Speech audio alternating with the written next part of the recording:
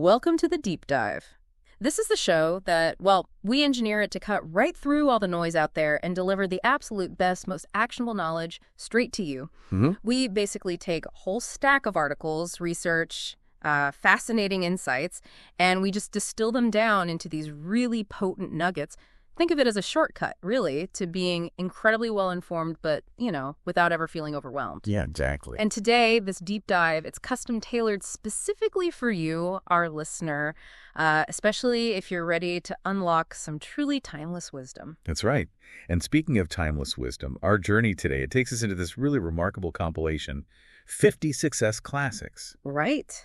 Now, this isn't just, another self-help book off the shelf. It's a monumental master synthesis. It pulls together the absolute cream of the crop from literally centuries of influential thinkers, leaders, authors. It's quite something. It really is extraordinary when you stop and think about it. I mean, we're talking about a curated collection that spans, well, everything from ancient philosophical texts, the kind that grapple with the very essence of human flourishing, ethical living, Right, all the way to groundbreaking modern business strategies, the kind that completely reshaped entire industries. What this book does, I think, really profoundly, is illustrate just how universal and enduring the principles of success truly are. They seem to transcend specific eras or cultural contexts. Exactly.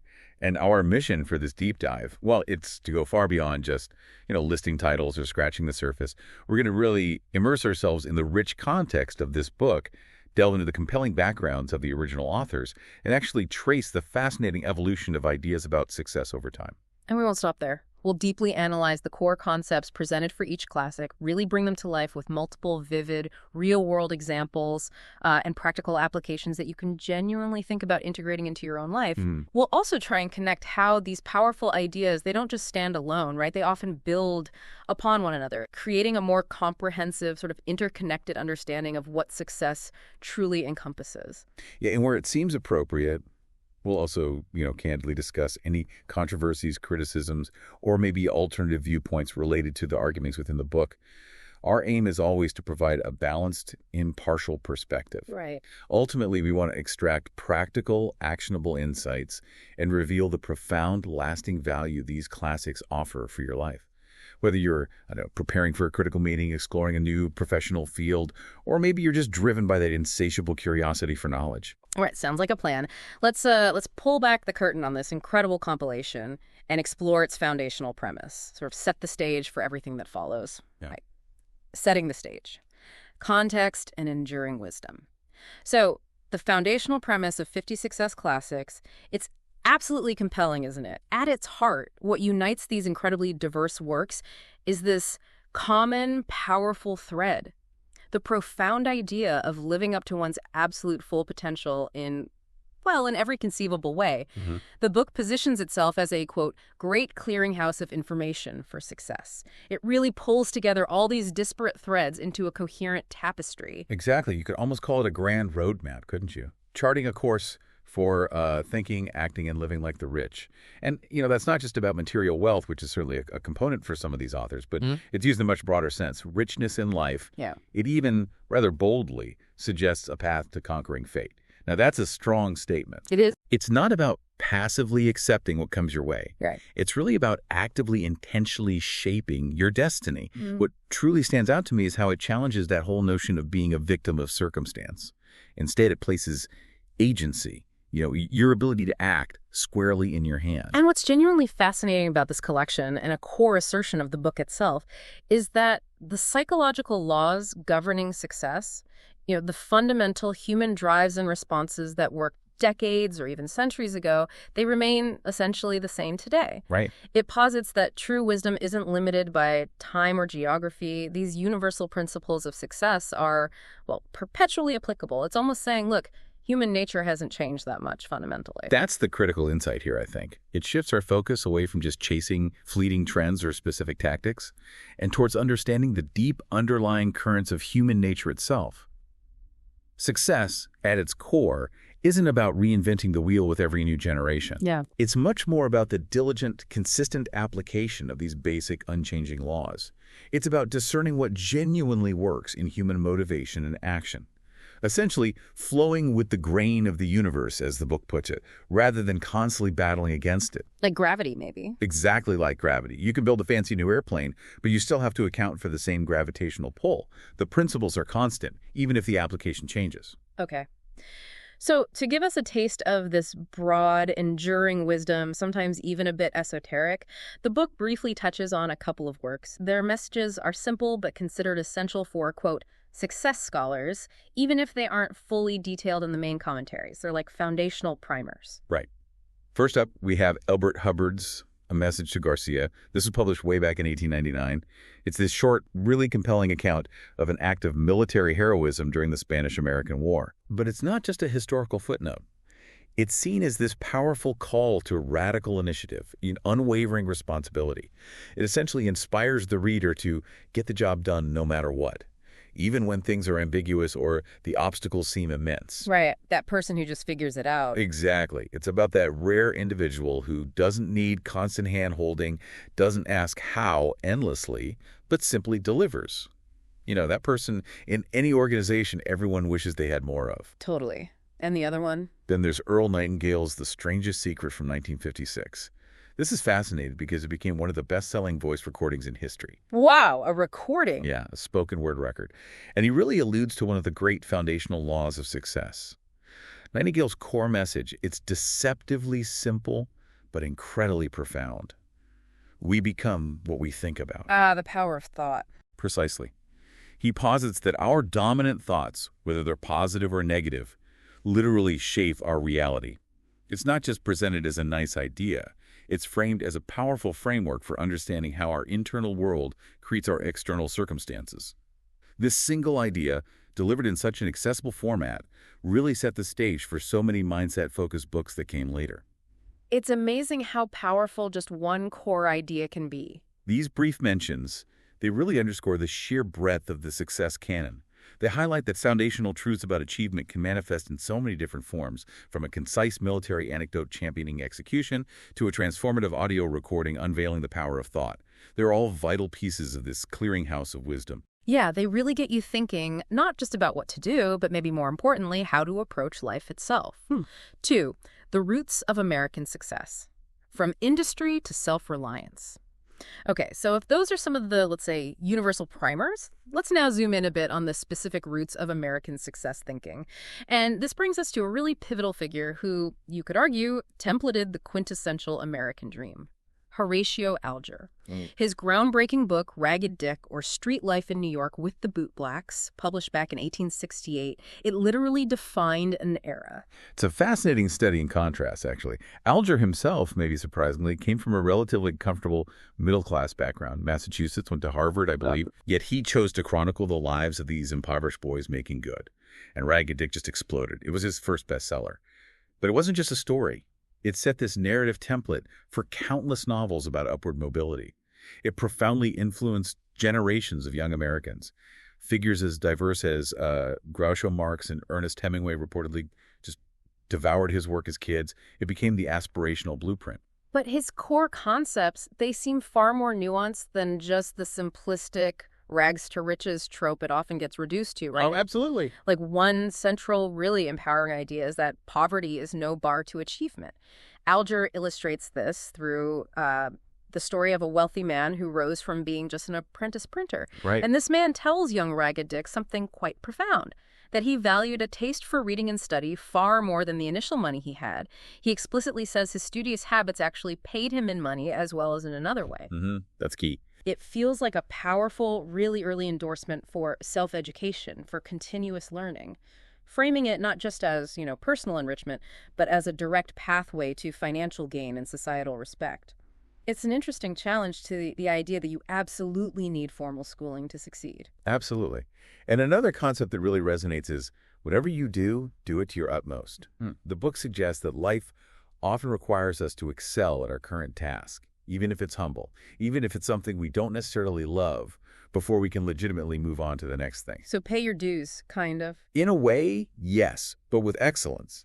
Ragged Dick, for instance, he starts as a bootblack, but he doesn't just go through the motions. He uses his, quote, profession to meticulously save money, to meet and observe higher class people, and generally just to improve himself.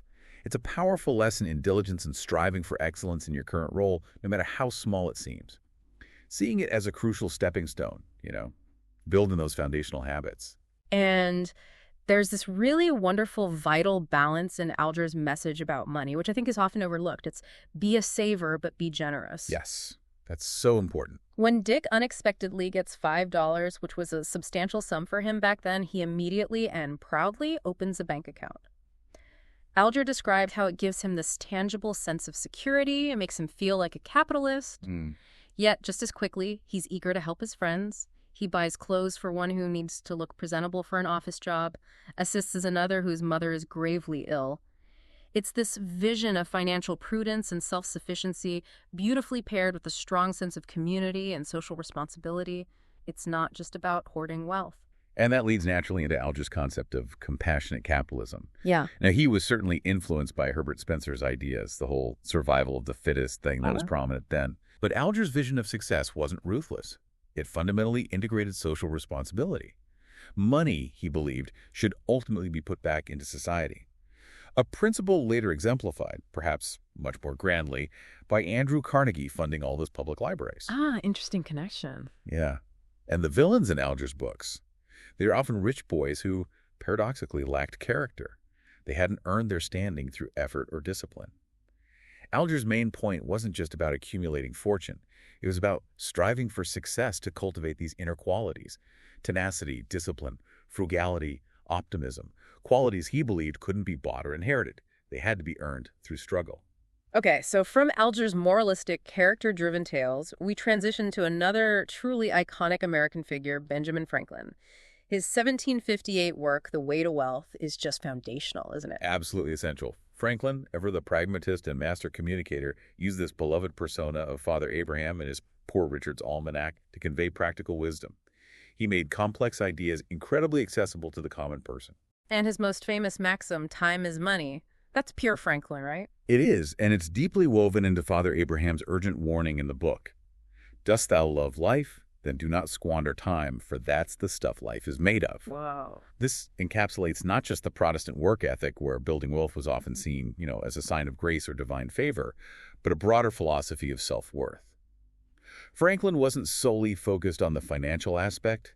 He recognized that pushing oneself through hard work and discipline leads to profound personal development, a deep sense of self-worth and self-discovery. Conversely, slothfulness, he argued, teaches you absolutely nothing of value. So it's about seeing time as your most precious, non-renewable resource. Precisely. And he also powerfully illustrated the virtue of persistence, directly countering that common human tendency towards instant gratification. Constant dropping wears away stones, he wrote. I love that one. Right. And by diligence and patience, the mouse ate into the cable. It's such a vivid, almost comical image, but it really sticks with you. It's a constant reminder that consistent, unyielding effort compounded over time can achieve monumental results, even against seemingly insurmountable odds. It's the complete antithesis of the get-rich-quick scheme. And then there's his focus on frugality, but he made it catchy, didn't he? He did. He understood that just telling people be frugal wasn't very exciting or motivating, so he became a master of these witty slogans. Plow deep while sluggards sleep, and you shall have corn to sell and to keep. Classic. Or, more biting one, a fat kitchen makes a lean will. He also delivered that critical warning against little expenses, stating, beware of little expenses. A small leak will sink a great ship. That one still hits home today. Doesn't it? It's an incredibly critical reminder for financial control. It emphasizes that wealth isn't primarily built through sudden windfalls, but through meticulous, consistent savings and the careful avoidance of those small, insidious drains on your resources. It's the small, daily choices that compound and ultimately define your financial future. It's a principle that remarkably connects directly to modern financial insights. Like, you see it reflected in Thomas Stanley's findings in The Millionaire Next Door. Exactly. Which revealed that genuinely wealthy individuals generally don't play the lottery. They inherently grasp the compounding power of long-term savings and disciplined spending. It's a direct lineage back to Franklin's wisdom. It really is. And while some critics, maybe understandably, have pointed out that Franklin himself didn't always strictly adhere to his own stringent frugal model in every aspect of his life. Sure, human nature. Right. But it's incredibly telling that Warren Buffett, Arguably the most successful investor in the world, not only enjoys quoting Franklin, but visibly lives by his core maxims: industry, frugality, debt aversion. This really highlights that enduring success often requires this unique blend of grand, visionary thinking and meticulous, detail-oriented execution. It's not one or the other, it's both. 3. Titans of industry and their enduring business principles. Okay, shifting our gaze now from those early architects of the American dream, let's move to the titans of industry. The figures whose principles continue to profoundly shape how we think about business, innovation, and leadership on a really grand scale. First up, Henry Ford. His autobiography, My Life and Work, from 1922. Ford was that truly rare individual, an inventor, who not only created something groundbreaking, but then successfully, on an unprecedented scale, mass-produced it, the automobile. Yeah, he was a force of nature when it came to overcoming market skepticism. He famously observed that there never is demand for new articles. Right. Basically meaning people often resist what they don't yet understand or know they need. Right, the classic innovator's dilemma. Exactly. Ford deeply believed that fear was a direct result of dependence on others, on external circumstances. His solution: radical self-reliance and his unwavering conviction. There's a great story about when his employer, who was actually Thomas Edison, Wow, Edison. offered him a major promotion, essentially asking him to give up his private obsession with the automobile. Ford, without hesitation, chose the car. He said later he knew with absolute certainty the car was bound to be a success. This is just an anecdote. It illustrates the immense power of conviction in relentlessly pursuing your passion, even when it means defying conventional wisdom or very tempting offers. His enduring legacy, of course, is what's often termed the miracle of mass production. By the 1920s, his company was an economic powerhouse, employing, 50,000 people, churning out 4,000 cars a day, leading eventually to 15 million Model Ts. That's just staggering. It's mind-boggling. But it wasn't just about volume. It was about his vision. He didn't just build cars. He essentially created a market. He tapped into what he saw as a universal demand by advertising Fords not just for pleasure or status, but for their raw, practical utility traveling to work, transporting families. He made the automobile accessible, effectively creating a new mass market where one hadn't explicitly existed before. And his approach to work and wages was also profoundly revolutionary for its time, wasn't it? That $5 then $6 day. Hugely revolutionary. He made that unprecedented decision to pay high wages, far above the average. His reasoning was totally strategic. Yes, it provided stability for his workers, ensuring their concentration and loyalty, but it also, crucially, turned his employees into consumers for his cars and other goods. Ah, the feedback loop. Exactly. It wasn't charity. It was this brilliant economic feedback loop that buoyed not just his company, but the broader economy. And his hiring methods. Truly unusual, even by today's standards. How so? Well, he famously valued an open mind over so-called experts, who, in his view, only knew what could not be done. He actually preferred, quote, fools who would rush in to tackle problems. Often wasn't even concerned with a candidate's English proficiency or even past criminal records. He sought raw potential and a willingness to learn, not just predefined expertise. That's pretty radical. It was.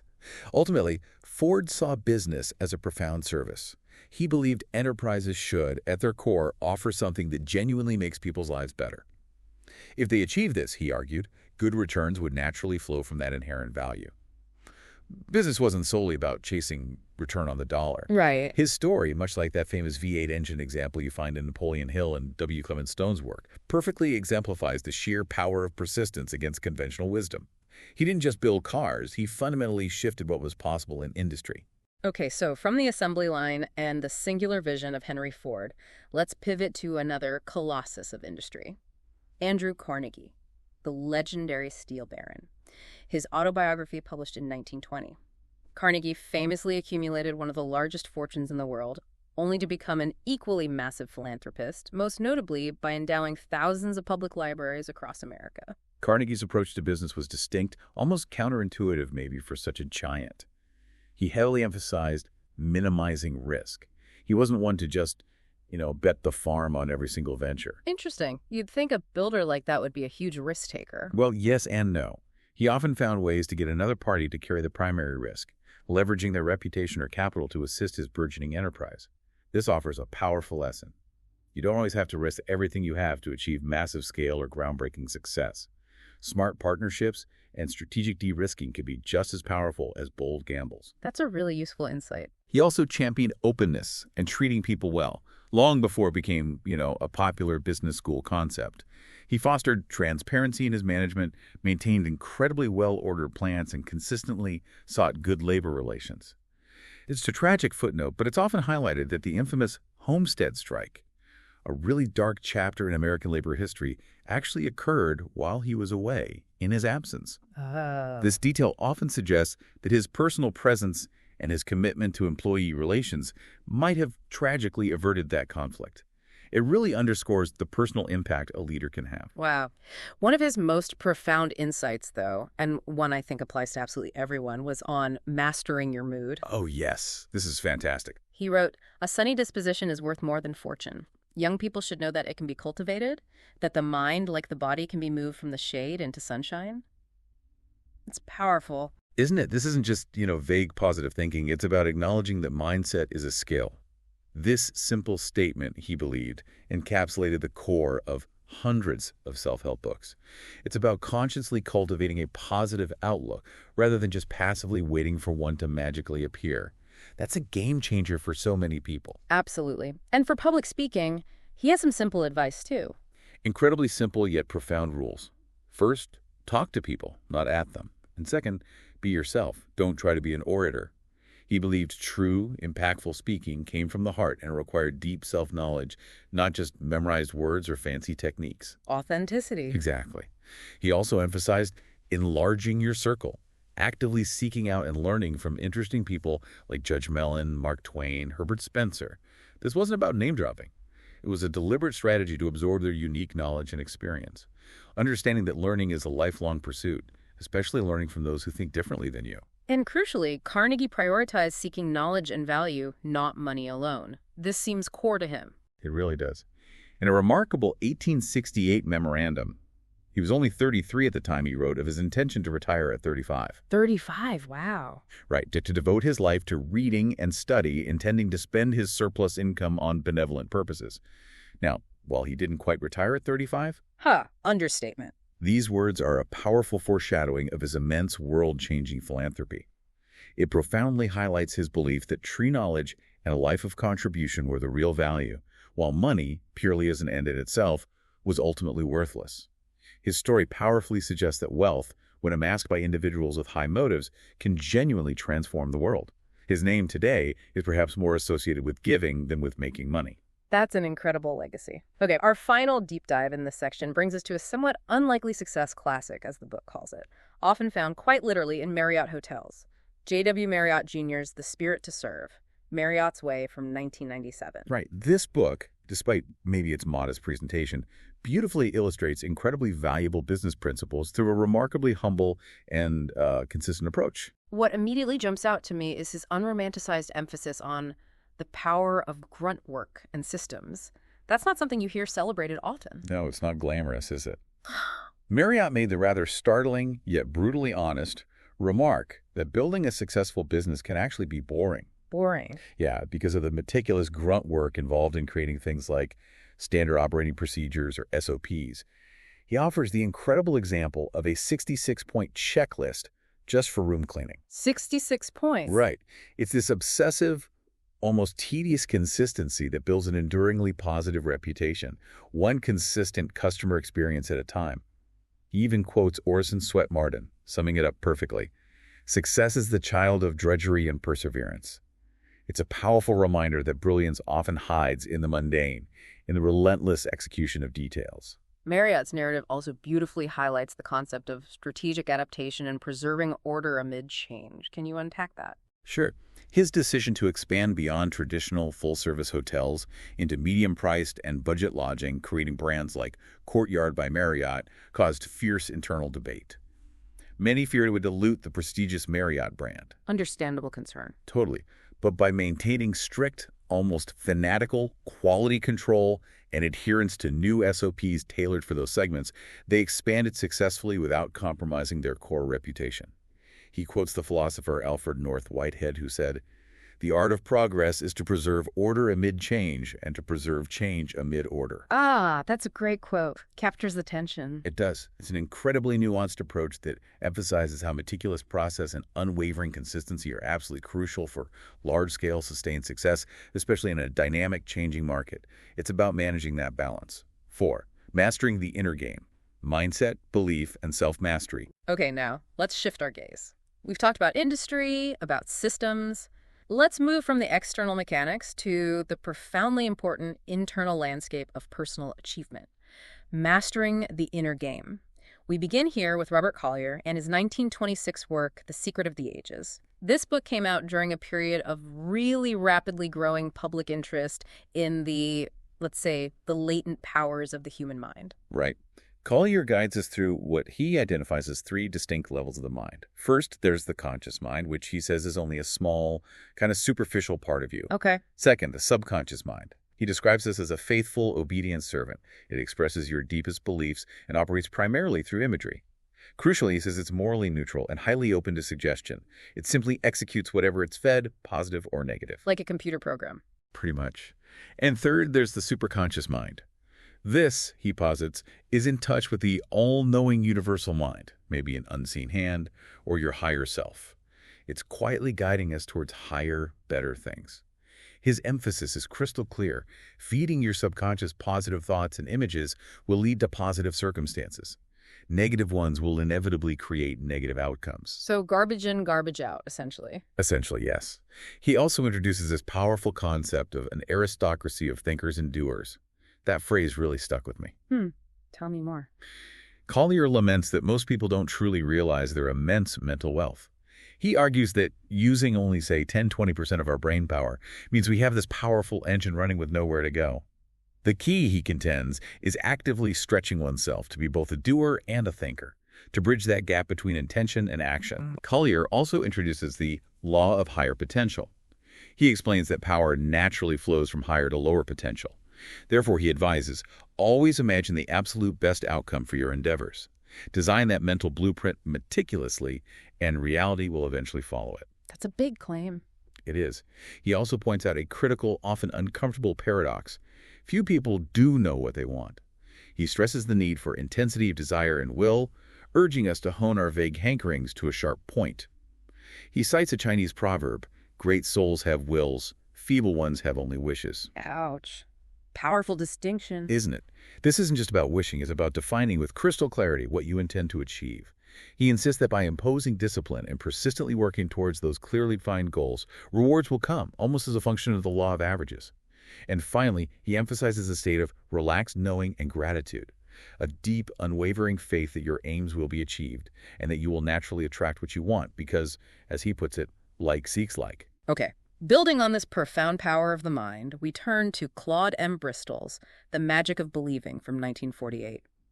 Bristol's own personal journey is apparently a compelling testament to his theories. It really is. He went from being literally penniless during World War I to becoming a highly successful investment banker. And he largely attributed this transformation to meticulously visualizing wealth, even to the point of apparently doodling dollar signs on everything. That's commitment. So what's his core message? His core transformative message is that expectation drives effort. He argues that optimistic people succeed not because of some inherent luck, but because the very expectation of success makes them work harder, more creatively, and more persistently. Conversely, expecting little or nothing inevitably demotivates action. It kills the drive. Makes intuitive sense. He states it unequivocally. Virtually anything can be yours if you are able to develop a knowing about it that you don't ever need to question. He uses powerful historical examples, suggesting figures like Napoleon and Alexander the Great became, quote, supermen due to their supernormal beliefs in their own destiny. For Bristol, belief about oneself is the ultimate determinant of success. It's the conviction that fuels the action. He delves deep into the idea of the subconscious servant, right? Explaining that truly understanding the conscious-subconscious relationship is the key to unlocking this belief power. Exactly. The subconscious, he says, expresses your deepest beliefs and desires through imagery, and it also provides powerful intuitions, those gut feelings. This is closely tied to what he calls the principle of suggestion, where a thought, through sheer repetition or intense emotional investment, penetrates the subconscious and is then almost automatically enacted. He points out it's the very principle that underpins successful advertising campaigns. Right, repetition and emotion. Precisely. Bristol, however, includes a crucial warning. Belief power is incredibly potent. It should always be used for constructive, life-affirming ends, never for dominance or manipulation. He even suggests it can have physical healing capabilities, which is, another layer entirely. Wow. Okay, from the magic of belief, we move to the expansive power of mindset with David J. Schwartz's enduring classic, The Magic of Thinking Big, published in 1959. Schwartz contends that, often unconsciously, we write this internal log of what we believe we can or cannot be. He famously quotes Benjamin Disraeli, "Life is too short to be little." Love that. His core argument is that you must actively enlarge your self-image, and then, crucially, you must act on that enlarged image. It's about aligning your internal perception with your external ambition. You have to see it before you can be it, essentially. Schwartz emphasizes that more than just having a large vocabulary, it's the power of positive language that can literally transform your mood, your perceptions, and the perceptions of those around you. It's not just semantics, it's about creating a positive internal feedback loop, right? Exactly. And crucially, he advises focusing relentlessly on your future vision. Don't let your current circumstances, whether it's an old car or nagging debts, define your potential. Instead, he urges you to concentrate on your assets, however small they seem, and strategically consider how they can be deployed to change your situation. Avoid getting bogged down in petty recriminations or self-pity. Easier said than done sometimes. Oh, absolutely. But he wisely notes that absorbing the blows of life-processing setbacks without being fundamentally defeated by them is a profound quality of greatness. It's about resilience. Okay, next we explore a more spiritual yet surprisingly practical perspective with Florence Scovel Shinn's The Secret Door to Success from 1940. Shinn's work is pretty unique in its focus on metaphysical interpretations of Bible stories and spiritual laws as direct pathways to success. Yeah, she brilliantly uses the metaphor of Jericho and these self-built walls. She suggests that success, which often feels tantalizingly close yet just out of reach, is indeed closer than you think. The problem, she argues, is that you may have unknowingly constructed internal walls around your success, walls of doubt, fear, resentment. And these walls can only fall through profound personal realizations, moments of insight. So we build our own prisons, basically. That's the idea. Her core message is to expect the best. She warns that resentment and envy are potent saboteurs of success. Life, she insists, shapes itself precisely to your expectations, whether they are good or bad, so you must express relaxed, unwavering faith. Doubt, worries, and dwelling in the past, she explains, only buttress those internal Jericho walls. They keep you stuck. She offers a beautiful, memorable analogy, too, about prayer and intuition. Yes. While prayer is like telephoning to God, she says, intuition is God telephoning you. It's the divine response. Shinn argues that relying solely on intellect is far from perfect. Going with your hunch, she claims, always saves time and energy and often a lifetime of misery, because intuition, she says, has infinite intelligence behind it. It's about trusting that inner knowing, that deeper wisdom. Interesting framing. Shinn also powerfully reinforces the idea of God as the source of supply. She reminds us not to limit the channels through which provision can come into our lives, but to ask for what is yours by divine right, essentially expanding our mental frame of what is possible, what we deserve. She also offers a powerful caution about wealth, doesn't she? That wealth grasped through manipulation or force, not genuinely given or earned, can be easily lost. Exactly.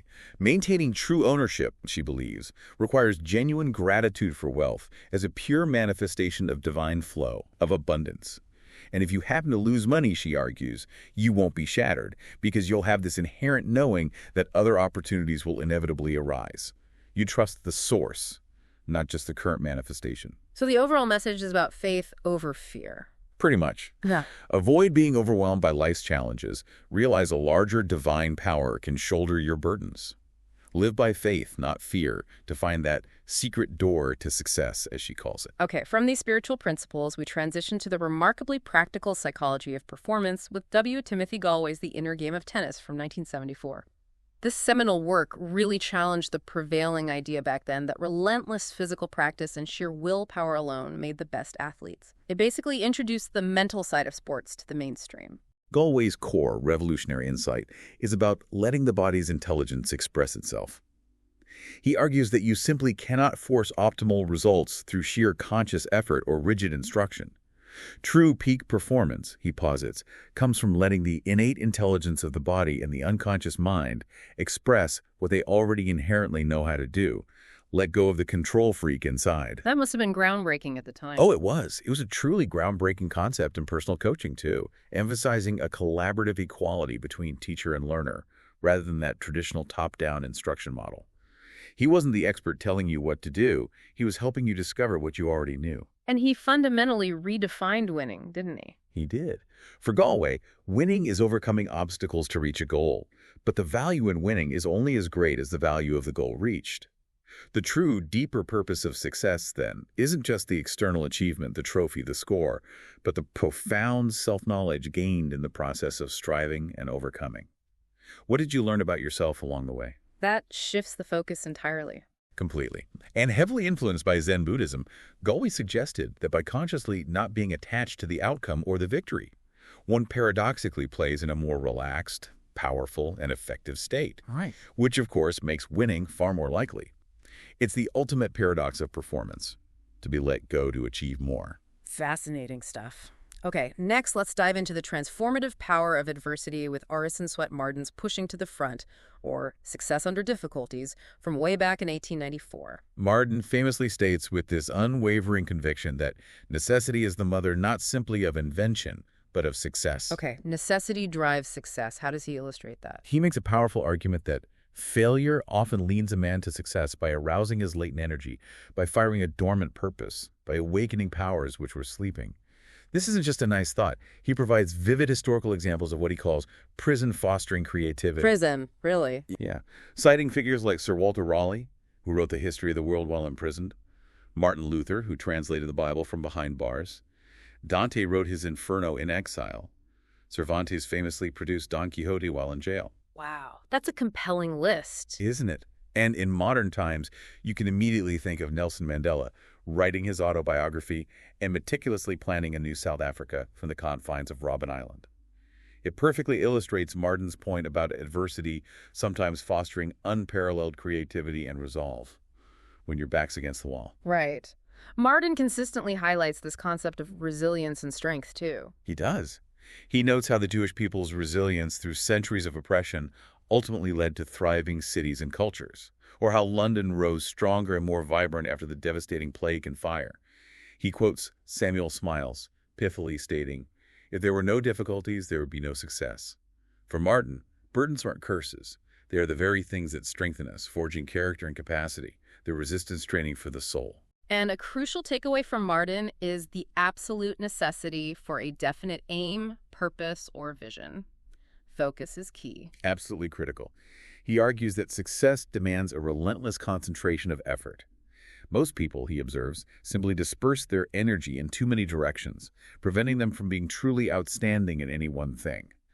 The world, he notes, doesn't dictate what you shall do, but it absolutely demands that you do your best, whatever your chosen path is.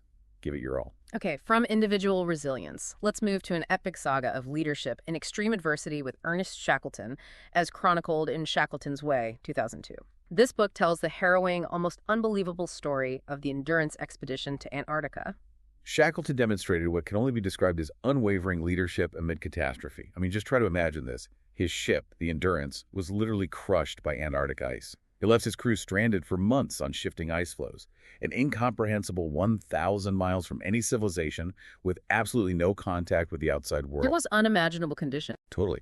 And the challenges weren't just the physical threats of survival, freezing cold, starvation, but also the insidious psychological drains. Boredom, isolation, dwindling hope. The epic survival journey that followed involved dragging heavy lifeboats across treacherous ice, then an almost suicidal 800-mile, 17-day dash in a tiny, leaky lifeboat across the stormiest seas on Earth to reach South Georgia Island, and then culminating in a freezing trek across uncharted mountains just to find help at a whaling station. It's a story of human endurance almost beyond comprehension. What made Shackleton truly legendary, though, was the loyalty through honorable leadership he inspired, right? Absolutely. He famously declared he wasn't willing to win at all costs if it meant sacrificing human lives. Mm. He valued his men's well-being above the expedition's stated success goals. His personal motto, optimism is true moral courage, perfectly encapsulates his leadership style. Leaders, he believed, must maintain a calm wisdom, a mental fortitude gained not just through experience, but through active knowledge gathering. Shackleton was, by all accounts, a voracious reader. He was constantly feeding his mind, preparing himself. He also engineered camaraderie among his desperate crew. How did he do that? He consciously created what's been called a happy illusion, that everything would ultimately be all right, even when logic screamed otherwise.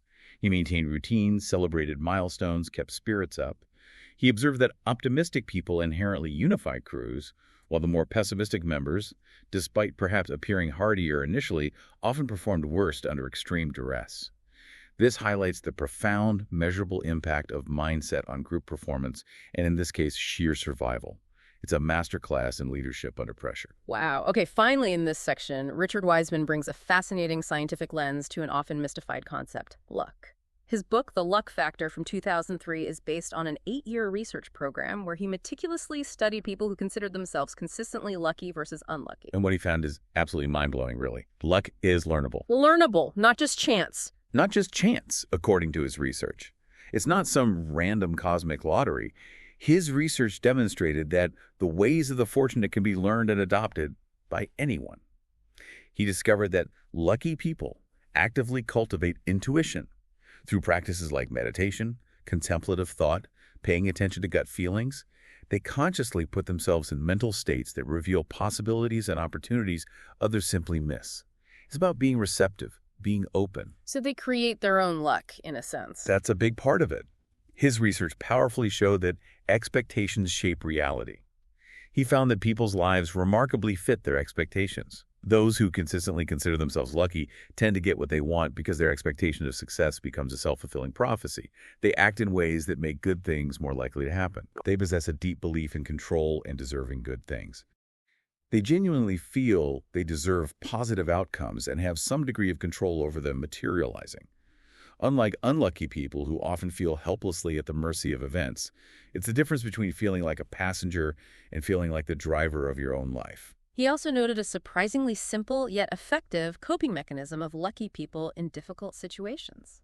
Yeah, it's interesting. They tend to compare themselves to those who are worse off. This helps maintain perspective and gratitude even when things are tough. Wiseman's research provides compelling scientific validation for long-espoused success and self-help ideas, like Norman Vincent Peale's classic, "Expect the best and get it." It's a powerful data-driven reminder that luck often, indeed, favors the prepared, the positive, and the truly self-aware. V strategies for personal and organizational excellence. Okay, moving on from the inner game, let's now explore some practical strategies for personal and organizational excellence. We'll begin with Frank Bettger and his enduring classic, How I Raised Myself from Failure to Success in Selling, from 1947. Bettger's personal transformation is quite something, from a struggling life insurance salesman, basically on the verge of quitting, to a genuine star performer. And he was deeply influenced by Dale Carnegie. Yeah, Bettger's journey began with this desperate fear of public speaking, a crippling anxiety that clearly held him back in every aspect of his life, especially in sales, obviously. Makes sense. He sought help from Dale Carnegie's famous course, and this newfound confidence through speaking well utterly transformed his sales performance. It's a powerful testament to how mastering a fundamental skill, even one seemingly unrelated like public speaking, can unlock profound success in entirely different yet connected areas of your life. It's that ripple effect of self-improvement. But he wasn't just about charisma. He preached discipline and organization too, right? Oh, absolutely.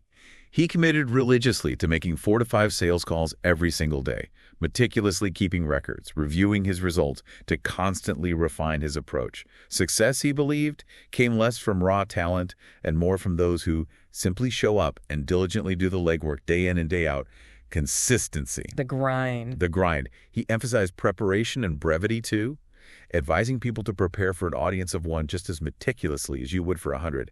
And he was a master of brevity, citing Lincoln's Gettysburg Address and even the book of Genesis as examples of profoundly powerful, concise communication. His point, you can often say more with less.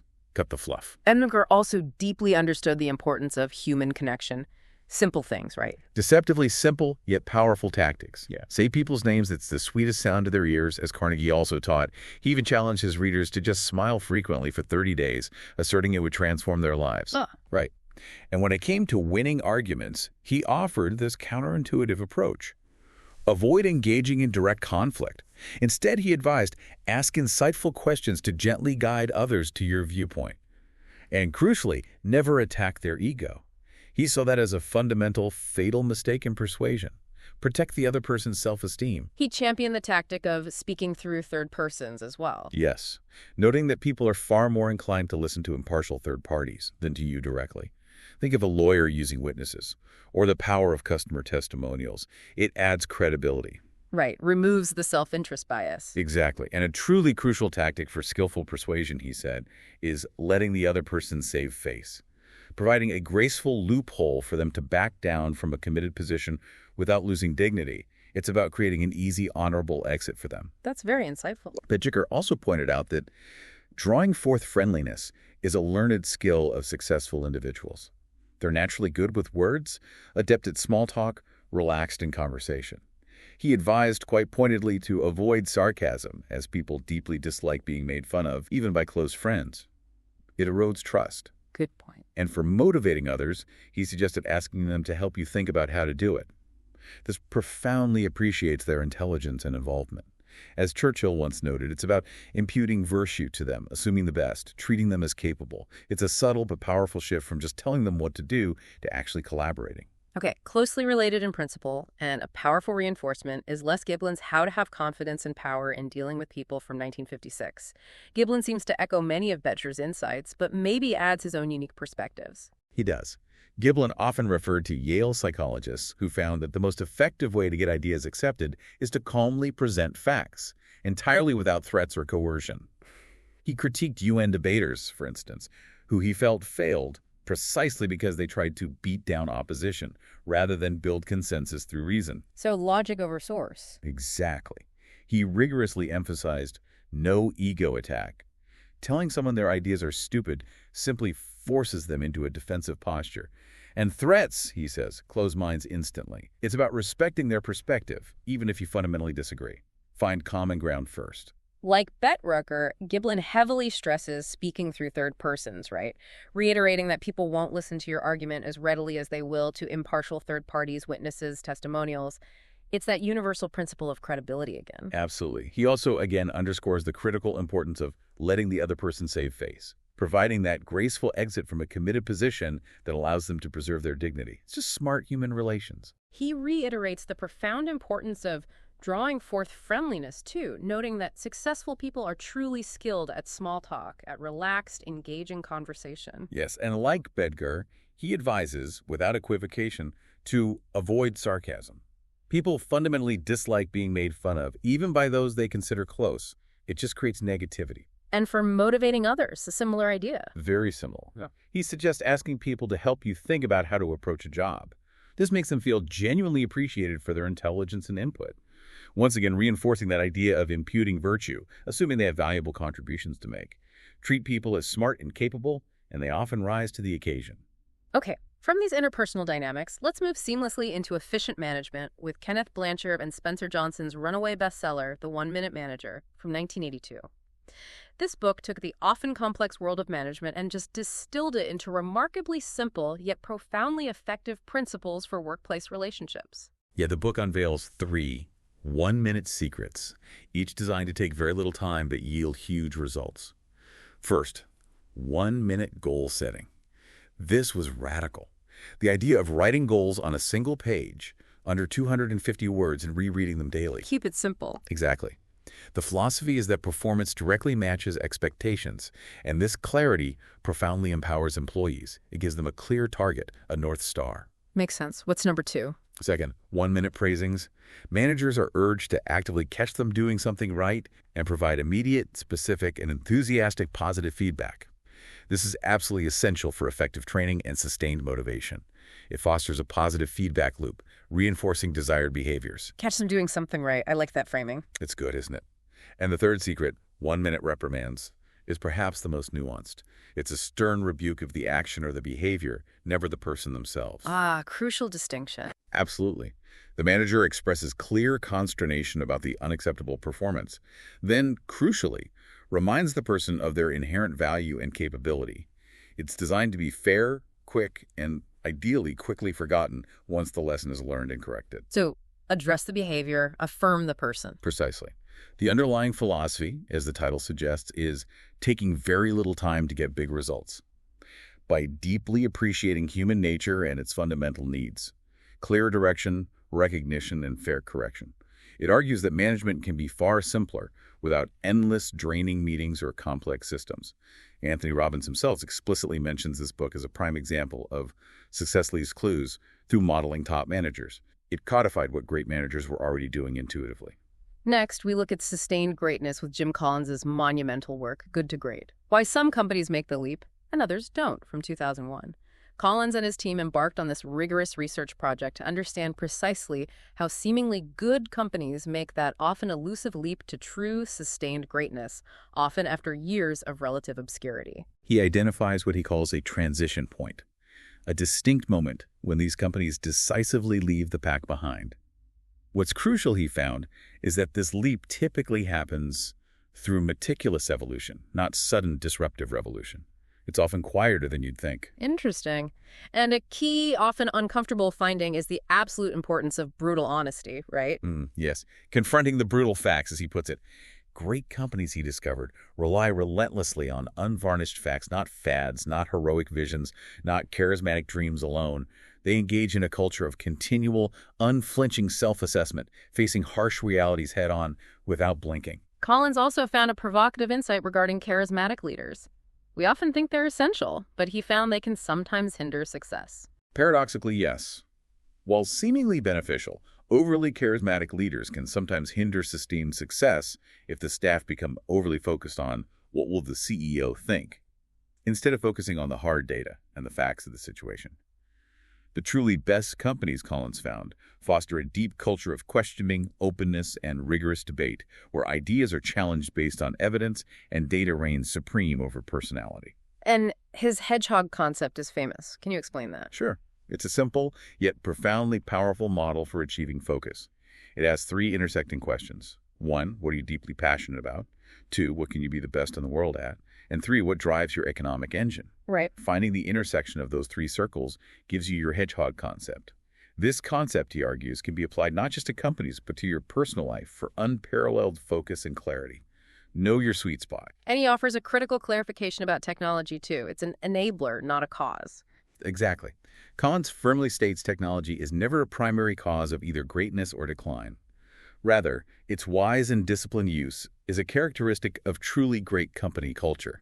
It's about thinking, we could use this specific technology to take us further, rather than falling into the trap of believing this shiny new technology alone will make our company great. It serves the strategy. It doesn't dictate it. Ultimately, Collins champions an almost old-fashioned culture of discipline. He does. This, he contends, is crucial, especially amidst periods of, new economy mania or hype cycles. Greatness, he argues, comes from identifying your unique strengths and then relentlessly, consistently capitalizing on them with disciplined thought and disciplined action. Okay, from Collins's rigorous analysis of established companies, let's shift to the story of a disruption, an underdog who revolutionized an entire industry. Michael Dell, in his book Direct from Dell, Strategies that Revolutionized an Industry, from 1999. This is Dell's personal account of fundamentally changing the computer industry as a relatively small player, starting in his dorm room. Dell's truly revolutionary idea was the direct sales model. He completely bypassed traditional retail channels, choosing to sell computers directly by mail or phone. This cut out the middleman, leading to significant cost savings for the customer. That was the initial hook. But the genius was deeper than just cost, wasn't it? The customer involvement. Absolutely. This direct communication channel allowed for unparalleled customer involvement. It enabled him to find out precisely what customers wanted, what problems they were having, and involve them directly in the developmental phase of new products. It was essentially co-creation before that was even a buzzword. He listened intensely. He strongly advocated setting big, achievable goals, too. Yes. For instance, the company set this audacious goal of reaching $1 billion in sales by 1992. which, remarkably, they actually achieved twice over. Such ambitious targets, he argued, profoundly push an organization's thinking about how to achieve them. They foster innovation and resourcefulness just by forcing you to think bigger. And in a fast-changing industry like tech, Dell stressed loving change. He had to. He noted that being on the cover of Fortune doesn't guarantee you anything in such a dynamic environment. A climate of perpetual change and being a voracious learner is absolutely essential. This is vividly illustrated by Dell himself, apparently surfing the early web, looking through chat rooms for customer comments to gauge sentiment and get unfiltered feedback. Wow, direct from the source. Exactly. He also emphasized focusing on possibilities, not competitors. Dell advised against acting from fear or constantly just reacting to what rivals were doing. Instead, he urged measuring success by an absolute standard of excellence. He found this fostered more creative solutions and breakthrough thinking, rather than just incremental improvements based on the competition. And critically, he realized that initial blinding growth could be dangerous. Paradoxically, yes. It could lead to overlooking fundamentals like profitability and cash flow. The solution: he implemented a laser-sharp focus on doing fewer things better, meticulously guided by facts and data, prioritizing long-term sustainable value over just rapid, sometimes unprofitable expansion. Okay, finally in this section, Jack Welch's Winning and Succeeding from 2005 offers a CEO's unvarnished winning formula, one based on rigorous and sometimes highly controversial principles from his time leading General Electric. Welch famously championed rigorous differentiation, sometimes called rank and yank. It was a strategy of ranking employees and then rewarding top performers, whom he called the real stars, with wildly different, often exponentially higher pay and opportunities. He firmly believed that these stars were the true builders of great businesses. This uncompromising approach, while effective for his goals, earned him his famous or infamous nickname, Neutron Jack, right? Because he drastically reduced GE's workforce by 25%. That's right. His justification was needing to spend more money on fewer people, concentrating resources on the top performers, while simultaneously investing heavily in things like fitness centers and management development for those who remained. It was a brutal, but highly strategic culling process. His signature business strategy, the number one or number two rule, became almost legendary. It did. Each GE business unit had to be either #1 or #2 in its respective field, or it would be fixed, closed, or sold off. This created immense focus and clarity within GE, forcing units to rigorously define their competitive edge and dominate their market or get out. While undeniably effective at driving performance and shareholder value, this strategy was fiercely debated and deeply controversial, wasn't it? Oh, deeply. It raises fundamental questions about whether a company can truly thrive long-term by systematically culling its perceived bottom performers every year. What does such an aggressive approach do to the culture of trust, collaboration, psychological safety, and long-term innovation within an organization?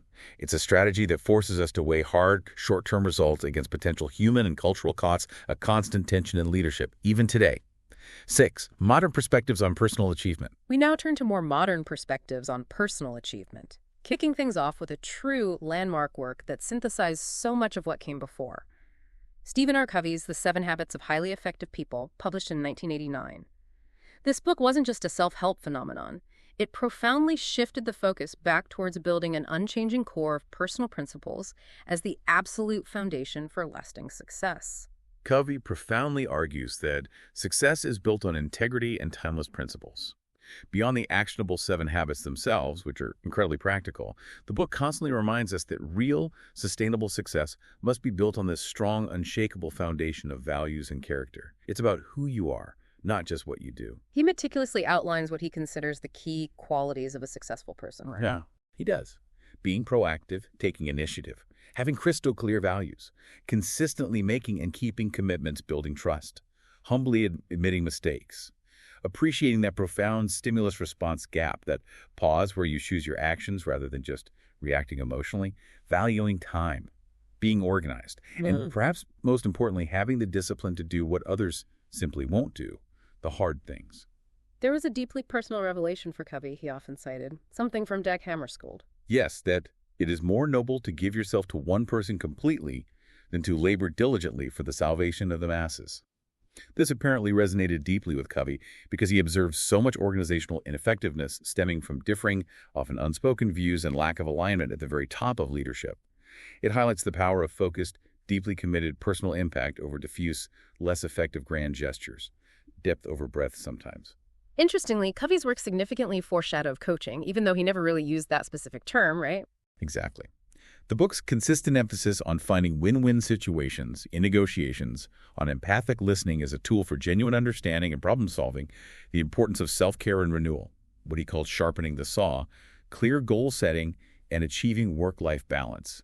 All these principles directly anticipated and laid the groundwork for the modern personal and executive coaching discipline. And he had that line, borrowing strength builds weakness. Yes, suggesting that imposing or forcing solutions on others is far less effective in the long run than drawing out better outcomes from those involved through empowerment, understanding, and collaboration.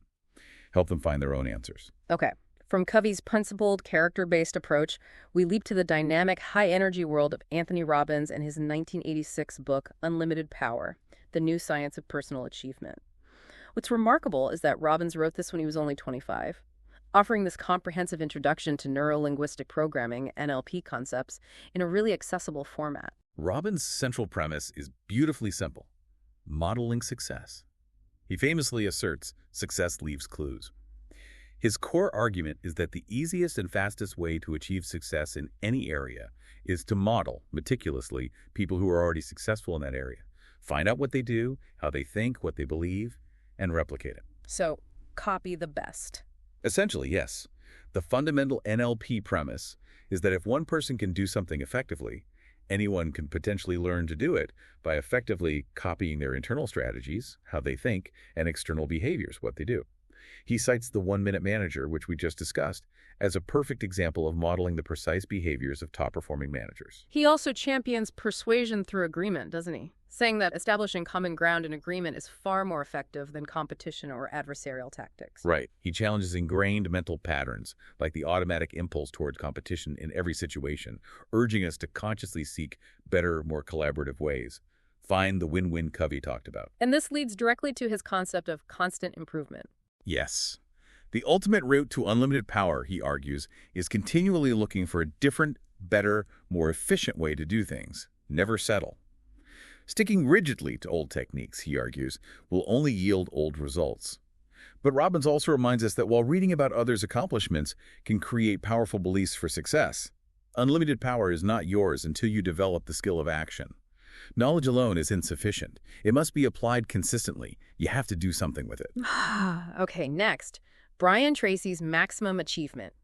Strategies and skills that will unlock your hidden powers to succeed. From 1993, this synthesizes a lifetime of knowledge about success, apparently born from Tracy's own transformative journey from being a bit of a wanderer to a highly focused, achieving individual.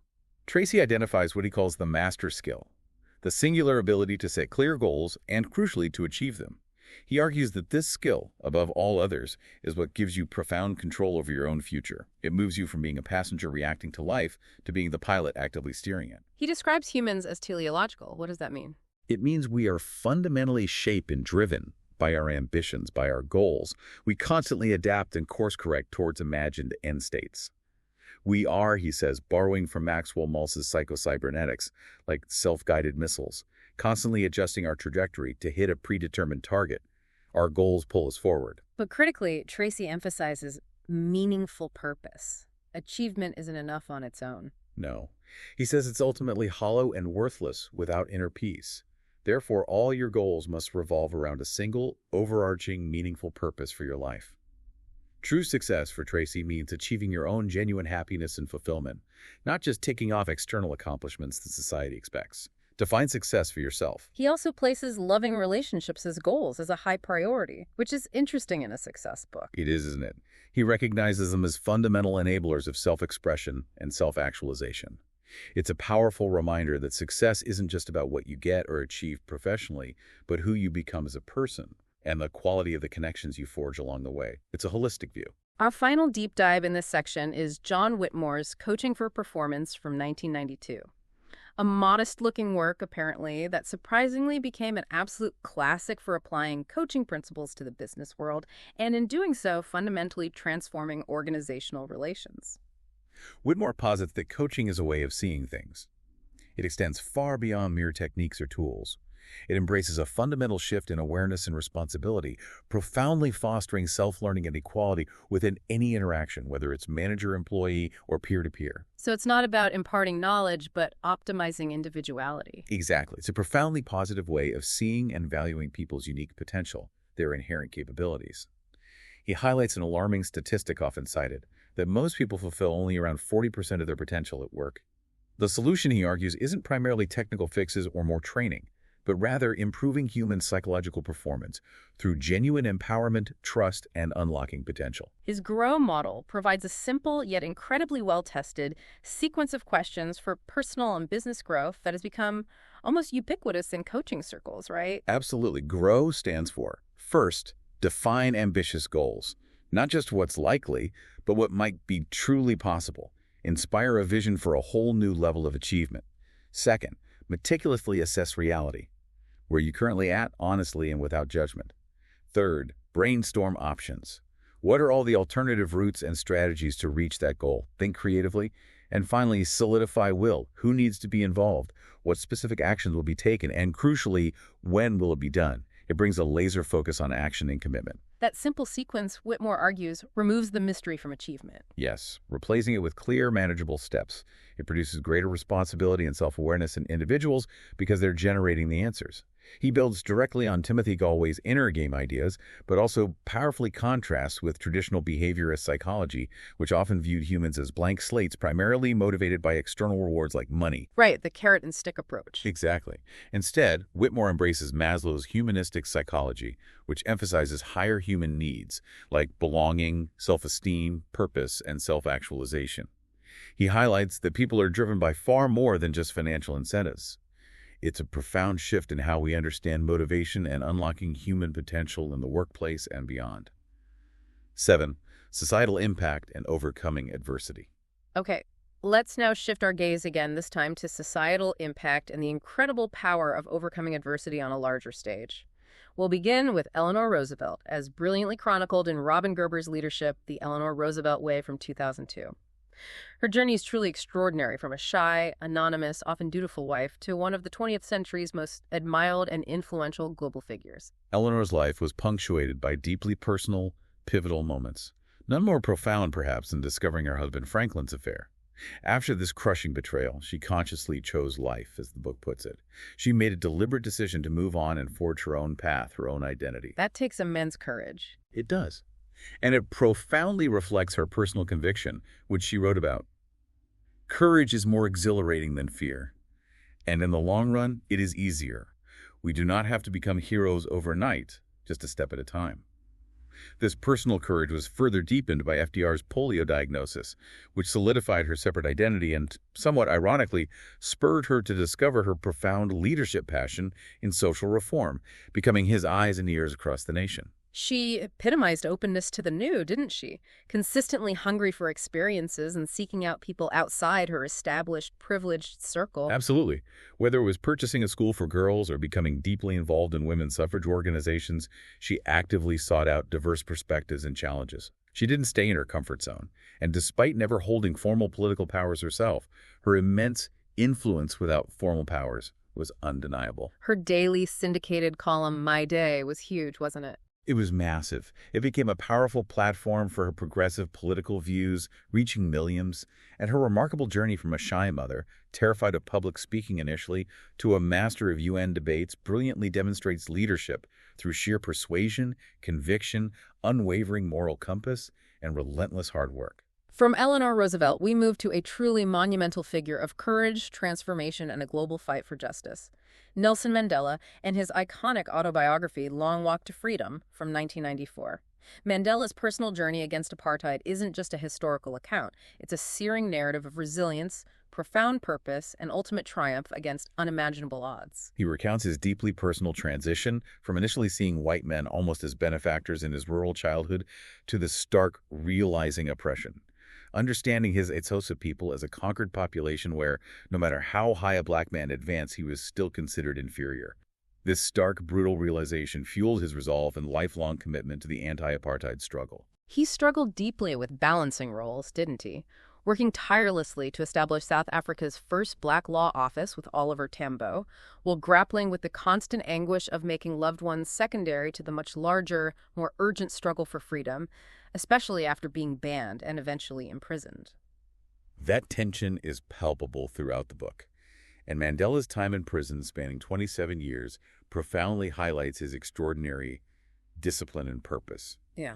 He consciously transformed himself from what he described as maybe a hot-headed revolutionary in his youth to a disciplined, strategic leader behind bars, meticulously planning a new democratic South Africa from the confines of Robben Island. Which remarkably links back to Orison Swett Marden's point about prison fostering creativity and resolve. Exactly, and his symbolic defiance was also key, like wearing traditional ex-Hosa clothing during his trial. It was this powerful, silent symbol of his non-recognition of the illegitimate white legal system. It was a statement of profound inner freedom, even when physically confined. Next, we explore Black economic empowerment through the lens of Earl G. Graves' How to Succeed in Business Without Being White. Straight Talk on Making It in America, from 1997. Graves himself became a powerful symbol of Black America's pivotal shift from focusing solely on civil rights to emphasizing the critical importance of economic empowerment and building wealth. Graves candidly details the immense struggle of overcoming prejudice in business, even decades after the main civil rights movement. He recounts his persistent efforts to convince white marketing executives to advertise in Black Enterprise, his groundbreaking magazine. Even when presented with compelling data showing wealthy Black consumers were, for example, 5 times more likely to buy luxury goods like Mercedes at the time. Wow, 5 times. And they still resisted. They did. He eventually had to go all the way to Mercedes-Benz's German top person to secure those vital ad dollars. This just highlights the deep-seated, often irrational biases that existed, and sadly sometimes still do, in the business world. It wasn't always about logic or data. He firmly believes the answer to economic inequality lies in creating Black-owned businesses and, critically, getting them to work collaboratively together, right? Building collective economic power. Yes. He openly admires how groups like Irish and Jewish Americans successfully use their collective identity and internal networks to hoist themselves into upper echelons of society and business.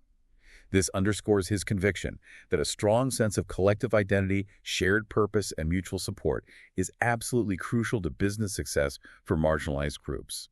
The book provides a powerful, unflinching argument that, even with policies like affirmative action in place, achieving true business success for non-white individuals and communities can still be a monumental struggle, demanding extraordinary tenacity and strategic collaboration. Now let's delve into a truly unique and often debated work, Wallace D. Wattles' The Science of Getting Rich from 1910.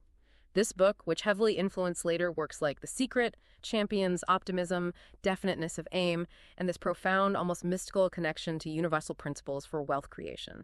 Wattles asserts, perhaps controversially for some, that optimistic people tend to succeed because expecting success makes them work harder and more effectively.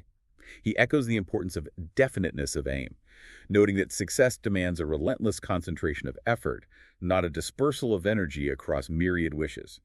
Vague hopes aren't enough. He boldly proclaims that to think health amid disease or riches amid poverty requires an immense cultivated power. Yes, acquiring this mental power, he argues, transforms one into a mastermind who can literally conquer fate and manifest what they desire. It's a very active, almost spiritual view of intention and focus. You have to hold a vision despite current reality. He introduces what he calls the fact of increase. What's that about? He argues that nature itself always seeks expression, growth, and increase. Look at a seed growing into a plant. Therefore, he posits, it's entirely natural and organic to desire more. The desire to be rich, in this specific context, is simply a natural, healthy manifestation of life's inherent drive for organic growth and fuller expression. But crucially, he states that wealth should be sought for harmony with the universe, meaning for the fullest self-expression, right? Not just greed. Exactly. For developing the mind, for trial, for appreciating beauty, for genuine generosity, not for base, animalistic desires or just hoarding. It's about funding a rich, expansive life, not just accumulating digits in a bank account. Wattles promotes a philosophy of creation, not competition, too. How does that work? He believes the universe's creative substance, the source of all things, is open to all, and its riches are truly endless. Therefore, there's no inherent need to drive sharp bargains or take from others in some zero-sum game. Focus on creating value, not competing for scarce resources. He advises readers to actively cultivate gratefulness and avoid complaining about the world, magnates, or politicians, seeing these as just part of Earth's ongoing evolution. Right. Complaining keeps you focused on lack. And perhaps most profoundly, he states, if you want to become rich, you must not make a study of poverty. Don't immerse yourself in the problem. Focus on the solution, on the possibility of wealth. The poor, he argues, need inspiration and a clear path to wealth far more than mere charity. Show them the way, he insists. It's a call to elevate consciousness, not just alleviate symptoms. Finally, in this section, we examine Zig Ziglar's See You at the Top from 1975. This offers a traditional yet immensely popular view of success rooted firmly in the American Christian right of the 1970s.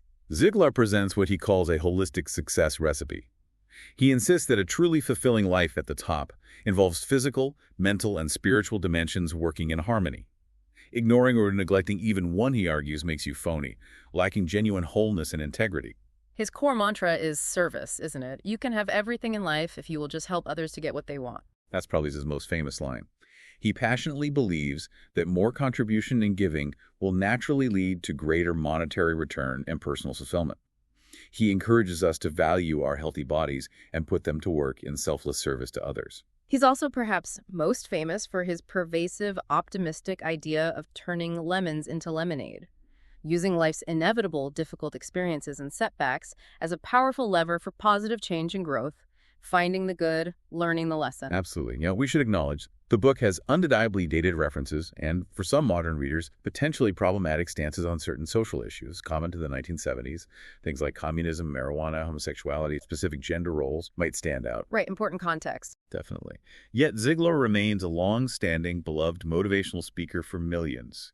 He offers straightforward, often black and white solutions that have resonated deeply, especially with those perhaps in deep trouble or seeking clear moral guidance and a path forward.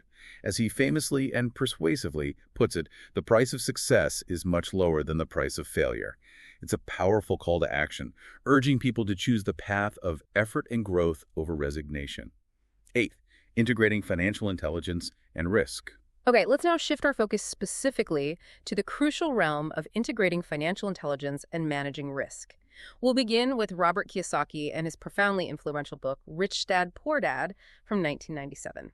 Kiyosaki didn't just offer financial advice, he fundamentally challenged conventional thinking about wealth and how it's actually acquired. His core concept, the one that truly shook up the world of personal finance, revolves around that clear distinction between assets versus liabilities. Right, that's key to his whole philosophy. It is. Kiyosaki argues that the poor and middle class typically focus on money from jobs, seeking what they perceive as security through a paycheck. While the truly rich, he says, focus relentlessly on acquiring assets, things that make money for them, even when they're not physically present, actively working. Think real estate income, stock dividends, business profits. So passive income streams? Exactly. They're constantly scouting for income sources and investments, not just looking for the next job or promotion. He emphasizes that financial literacy is every bit as important as word literacy. He describes accounting not as dry numbers, but as a story in numbers, the narrative of your financial life. And he warns sternly that illiteracy, both in words and numbers, is the foundation of financial struggle. You have to understand the language of money. Kiyosaki stresses the absolute importance of educate before investing too, right? Don't just jump in. Absolutely.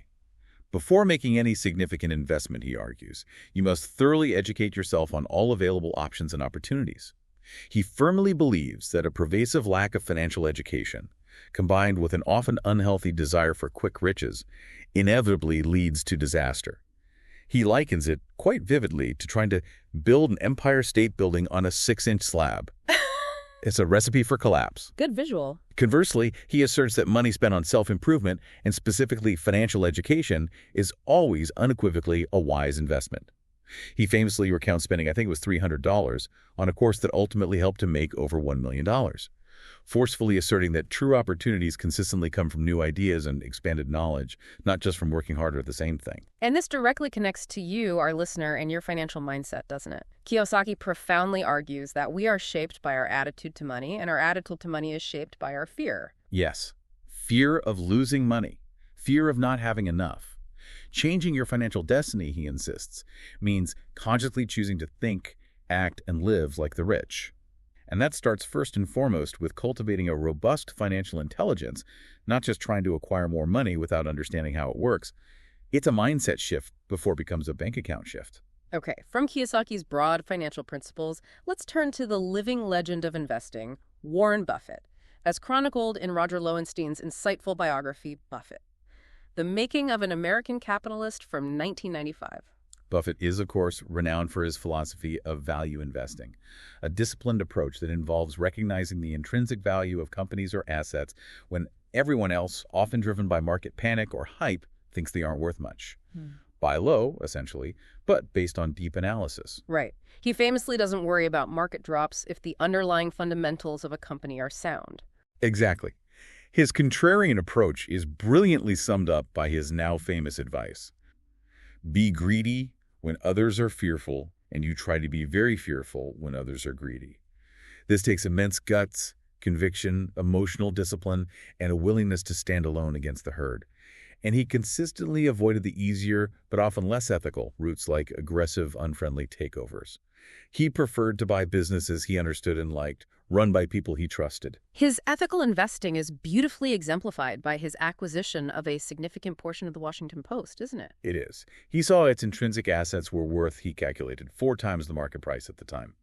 But beyond just the numbers, this investment blossomed into a lifelong friendship with Katharine Graham, the Post's legendary publisher. It showed his focus on relationships and quality, not just transactions. Lowenstein also fascinatingly details Citizen Buffett, his unusually liberal stance for a self-made billionaire, particularly given his Midwestern background. Yeah, it's quite remarkable. He notably quit the Omaha Rotary Club due to perceived racism and elitism back in the day. He even boycotted a country club for denying Jewish people membership. These actions reflect his deep-seated belief in fairness and the government's need for fair taxation. He famously advocated for higher taxes on the rich, genuinely seeing the immense energy spent by the wealthy on avoiding taxes as a profound distraction from their real job in life, allocating capital wisely and creating value. Finally, in this section on financial intelligence, Thomas Stanley's The Millionaire Next Door from 1996 utterly revolutionized common perceptions by challenging widespread assumptions about wealth and who actually possesses it in America. Stanley's groundbreaking research challenges assumptions that millionaires have mostly inherited wealth or hold high status, flashy jobs like doctors or lawyers.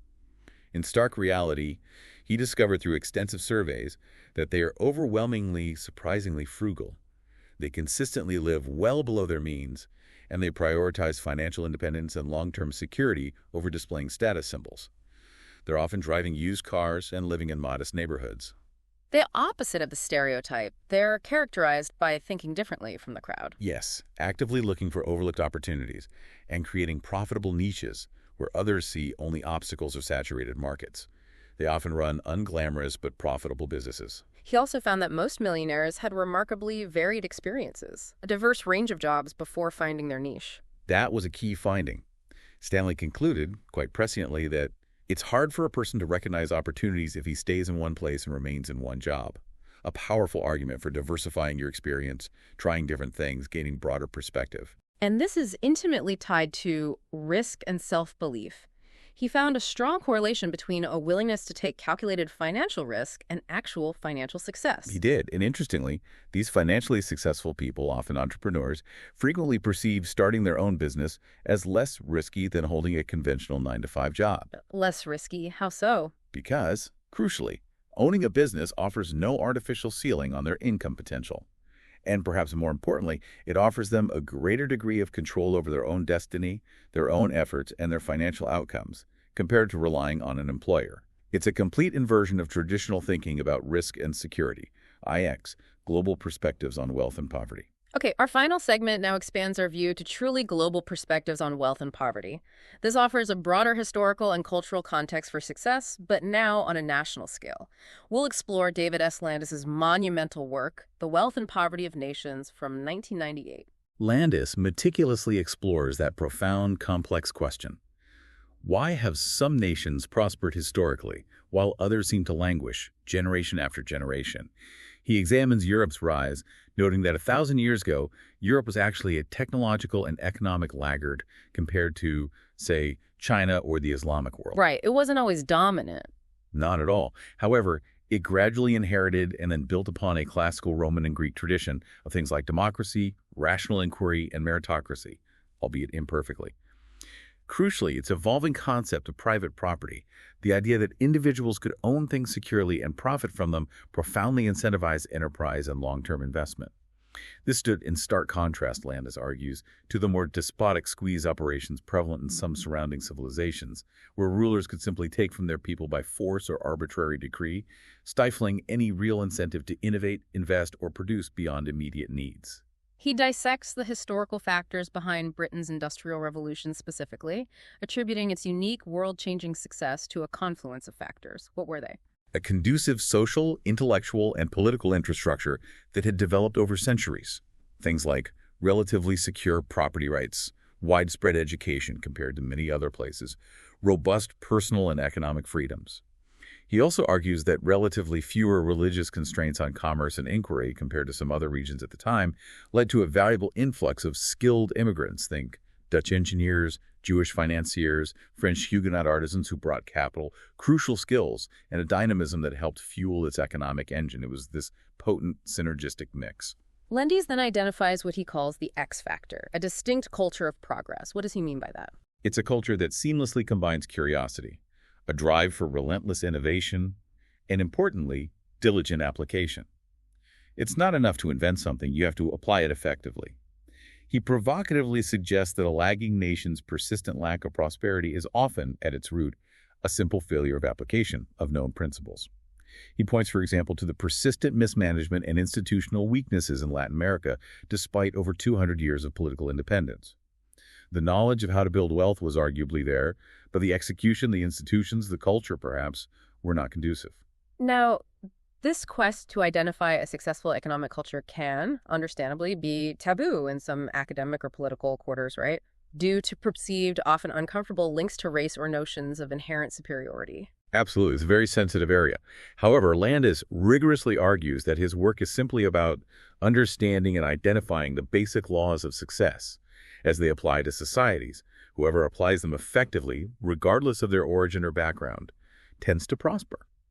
He maintains he's not making a moral judgment about cultures, but an observational one based on historical outcomes. What works?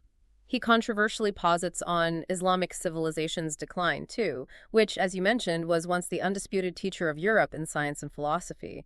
When did that shift happen, according to Landis? He pinpoints the decline starting roughly after 1187. His argument, simplified, is that as Europe gradually began to more rigorously separate religious and secular spheres, allowing science and commerce to operate with more autonomy and focus intensely on empirical facts and rational inquiry, Islam, conversely, insisted on a stricter, more all-encompassing theocracy. This, he argues, over time stifled critical scientific progress, open debate, and commercial innovation compared to the West.